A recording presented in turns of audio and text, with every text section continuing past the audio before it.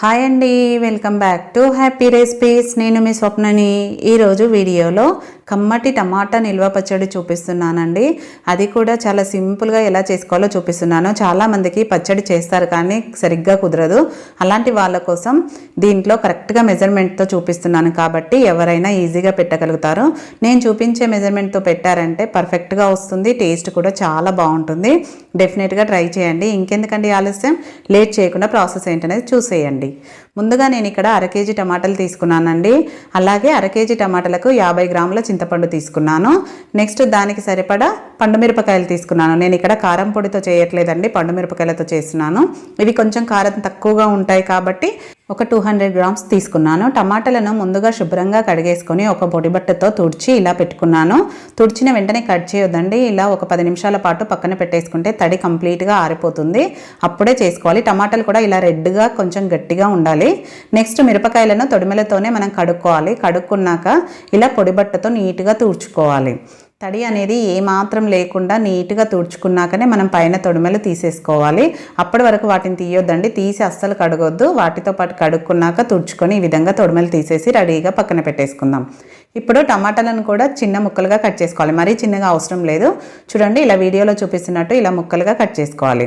Cut చేసుకున్నాక మనం దేంట్లో అయితే పచ్చడి ప్రిపేర్ చేద్దాం అనుకుంటున్నామో అది గిన్నె తీసుకొని అడుగు మందంగా ఉన్న ప్యాన్ తీసుకోండి. ఎందుకంటే అడుగు పడుతుంది కాబట్టి దాంట్లోకి టమాటాలు, చింతపండు వేసి ఇలా వీడియోలో చూపిస్తున్నట్టు బాగా కలుపుకోవాలి. చేతికి తడి ఉండొద్దు, అలాగే ప్యాన్ కూడా అస్సలు తడిగా ఉండొద్దండి. ఒకవేళ తడిగా ఉంటే స్టవ్ పైన పెట్టి తడి అంతా పోయాక వేసుకోండి. ఇలా మొత్తం కలుపుకున్నాక ఒక 3 టేబుల్ స్పూన్ల పల్లి నూనె వేసుకుంటున్నాను. ఆయిల్ వేయడం వల్ల మనకు అడుగు అంటదనమాట, ఈజీగా ఉడికిపోతుంది. టమాటా కూడా స్టవ్ పైన పెట్టేసి మధ్య మధ్యలో కలుపుతూ ఉడికించుకోవాలి. వీలైనంత మెత్తగా ఉడికించుకోవాలండి. దగ్గరకు అయ్యే వరకు మీడియం ఫ్లేమ్లో పెట్టుకోవాలి. ఒకవైపు టమాటాలు ఉడుకుతుంటాయి, మరొక వైపు స్టవ్ పైన ఇలా ప్యాన్ ఒకటి పెట్టుకొని దాంట్లోకి 1 టేబుల్ స్పూన్ మెంతులు వేసుకొని లో ఫ్లేమ్లోనే బాగా ఫ్రై చేసుకోవాలి.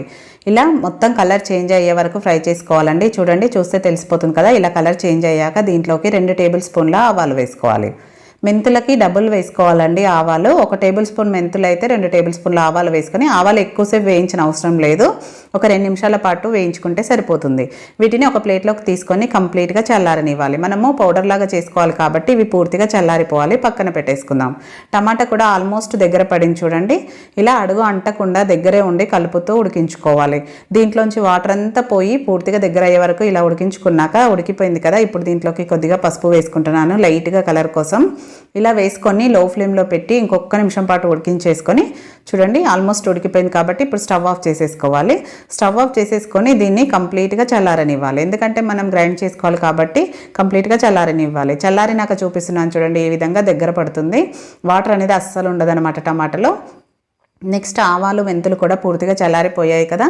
ఇప్పుడు ఒక మిక్సీ జార్ తీసుకొని తడి లేకుండా చూసుకోండి. మిక్సీ జార్ కూడా వీలైనంత వరకు తడి అస్సలు తగలనివ్వద్దండి, నిల్వ పచ్చడి కాబట్టి. ఈ ఆవాలు, మెంతులను మెత్తని పౌడర్ లాగా గ్రైండ్ చేసుకోవాలి.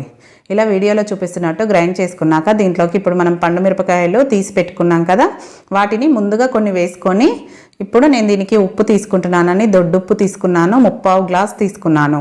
మీకు కరెక్ట్గా మెజర్మెంట్గా చెప్పాలంటే 150 గ్రామ్స్ ఉంటుంది ఉప్పు. దీంట్లో కొంచెం వేసి ముందుగా పట్టి మిగిలిన మిరపకాయలకు కూడా తర్వాత వేసేసుకొని అందులో కొంచెం ఉప్పు మాత్రం మిగిల్చుకున్నానండి. ఇలా పేస్ట్ లాగా గ్రైండ్ చేసుకున్నాను మిరపకాయలు మొత్తం. ఇప్పుడు ఈ పేస్ట్ని ఒక గిన్నెలోకి వేసేసుకోవాలి. ఇలా వేసుకొని పక్కన పెట్టుకున్నాక మళ్ళీ అదే జార్లోకి మనం టమాటా, చింతపండు ఉడికించుకున్నాం కదా, అది కొంచెం కొంచెంగా వేసుకోవాలి. మనకు జార్లో ఎంతవరకు పడుతుందో అంతే వేసుకోవాలండి, మరీ ఎక్కువ వేయొద్దు. దీన్ని కూడా కొంచెం మెత్తగా గ్రైండ్ చేసుకోవాలి. గ్రైండ్ చేసుకొని మనం పండుమిరపకాయ పేస్ట్ వేసుకున్నాం కదా, దాంట్లోకే వేసుకొని మిగతాది కూడా సేమ్ అలానే గ్రైండ్ చేసుకోవాలి మొత్తం వేసుకొని. చూడండి, ఇలా వీడియోలో చూపిస్తున్నట్టు దీన్ని కూడా మొత్తం గ్రైండ్ చేసుకొని రెడీగా పక్కన పెట్టేసుకుందాం. ఇప్పుడు పేస్ట్ రెడీ అయిపోయింది కదా. నెక్స్ట్ దీని పోపు కోసం స్టవ్ పైన మనం దేంట్లో ఉడికించుకున్నామే దాన్నే శుభ్రంగా కడిగేసుకొని మళ్ళీ పెట్టేసుకోవాలి. అడుగు మందంగా ఉంటుంది కాబట్టి దాంట్లోకి నేను ఇక్కడ 150 గ్రామ్స్ గ్రౌండ్ ఆయిల్ వేసుకుంటున్నానండి. పల్లి ఆయిల్ అన్న నువ్వుల ఆయిల్ అన్న వేసుకోవాలి. మామూలుగా ఏ ఆయిల్ వేసుకున్నా పచ్చడి అనేది పాడవుతుంది. ఇవైతేనే టేస్ట్ కూడా చాలా బాగుంటుంది. దీంట్లోకి 1 టేబుల్ స్పూన్ పచ్చిశనగపప్పు, ఆవాలు, మినపప్పు, జీలకర్ర, మెంతులు వేసుకొని ఈ పోపు అంతా వేయించుకోవాలి. ఒక నిమిషం పాటు వేయించుకొని ఆవాలు కొంచెం చిటపటమన్నాక అలాగే శనగపప్పు లైట్గా కలర్ చేంజ్ అయ్యాక ఒక 2 ఎండుమిరపకాయలను తుంచుకొని వేసుకోవాలి. 10 వెల్లుల్లి రెబ్బల్ని కచ్చాపచ్చాగా దంచి వేసుకోవాలి. అలాగే కొంచెం ఇంగువ వేసుకోవాలి. ఇంగువను అస్సలు స్కిప్ చేయొద్దండి, బాగుంటుంది వేసుకుంటే. కాబట్టి ఒక 1/2 టీ స్పూన్ వరకు ఇంగువ వేసేసుకొని ఈ పోపంతా కొంచెం వేగినాక ఫైనల్గా కొద్దిగా కరివేపాకు వేసేసుకోవాలి. వేసుకొని ఫ్లేమ్ని లో ఫ్లేమ్లో పెట్టుకోవాలి. లో ఫ్లేమ్లో పెట్టుకొని మనం గ్రైండ్ చేసుకున్న టమాటా చింతపండు పచ్చడి మొత్తం వేసేసుకోవాలి. ఇలా మొత్తం వేసుకొని ఆయిల్లో బాగా ఉడికించుకోవాలి. మనకి ఇప్పుడు ఆయిల్ ఎక్కువగానే అనిపిస్తుందండి, అది కలుపుతూ ఉండగానే ఆయిల్ అంతా అబ్జర్వ్ చేసుకొని కరెక్ట్గా సరిపోతుంది. మనకి ఇది నిల్వ పచ్చడి కాబట్టి కొంచెం ఆయిల్ ఎక్కువగానే ఉండాలి, అలా అయితేనే మనకు పచ్చడి అనేది పాడవకుండా ఉంటుంది. కాబట్టి వీలైనంత వరకు ఆయిల్ ఎక్కువే వేసుకోండి. మొత్తం అంతా బాగా కలిపాక 1 నిమిషం పాటు ఉడికించుకోవాలి. మీడియం ఫ్లేమ్లో పెట్టుకొని కొంచెం ఉడికే వరకు 1 నిమిషం ఉడికించుకుంటే సరిపోతుంది. చూడండి, ఇలా ఉడుకుతున్నప్పుడు ఒకసారి మొత్తం అంతా కలిపేసుకొని స్టవ్ ఆఫ్ చేసేసుకోవడమే. స్టవ్ ఆఫ్ చేసేసుకున్నాక దీన్ని పక్కన పెట్టేసి పూర్తిగా చల్లారనివ్వాలి. ఈ పచ్చడి అనేది పూర్తిగా చల్లారినాకనే మనం ఏదైనా డబ్బాలో స్టోర్ చేసుకుంటాం కాబట్టి ఇప్పుడు దించేసి పక్కన పెట్టేసుకుందాము. ఒక 10-15 నిమిషాల లోపే మనకు చల్లారిపోతుందండి. చూడండి, పూర్తిగా చల్లారినాక చూపిస్తున్నాను. మనకు ఆయిల్ అనేది ఈరోజు కనిపిస్తుందండి, రేపైతే ఆయిల్ మొత్తం అంతగా కనిపించదు.